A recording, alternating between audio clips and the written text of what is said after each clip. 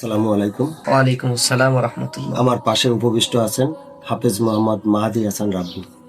রাব্বির কাছে আমার একটি প্রশ্ন, যে আমরা যখন ভালো কোনো কাজ করতে যাই তখন কিন্তু আমরা বিভিন্ন দিক থেকে বাধার সম্মুখীন হই। এই তো তোমার দৃষ্টিতে এই এই বাধাটা ওয়েলকাম করার কি পন্থা আছে, বা তুমি কি মনে করো যে প্রতিটা ক্ষেত্রে আমরা বাধার সম্মুখীন হই কেন?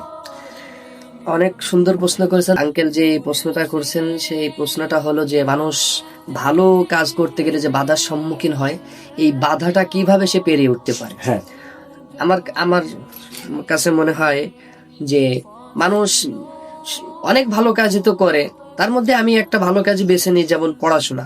হ্যাঁ, এই যে পড়াশুনো করতে গেলে কিন্তু সে জেনারেল পড়াশুনো হোক আর কওমির দিকে মাদ্রাসার লাইনে পড়াশুনো হোক, এই পড়াশুনোর ক্ষেত্রে প্রত্যেকটা ছাত্রছাত্রী সবচেয়ে বেশি বাধা, মানে সবচেয়ে বেশি বাধা পোহাতে হয়।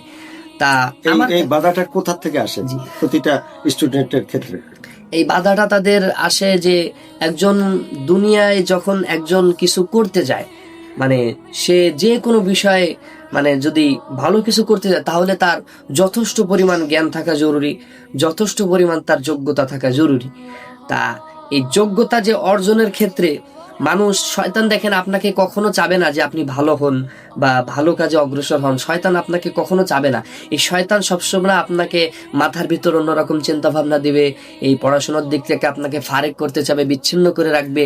এই যে বাধা, এই বাধাটা তাকে কিভাবে পেরোতে হবে, তার সবচেয়ে যেই মূল হাতিয়ার সেটা হলো সবসময় সে দিনের পথে থাকবে এবং 5 ওয়াক্ত নামাজ সে জামাতের সাথে আদায় করবে এবং আল্লাহ তাআলার কাছে সর্বোপরি পানা চাবে।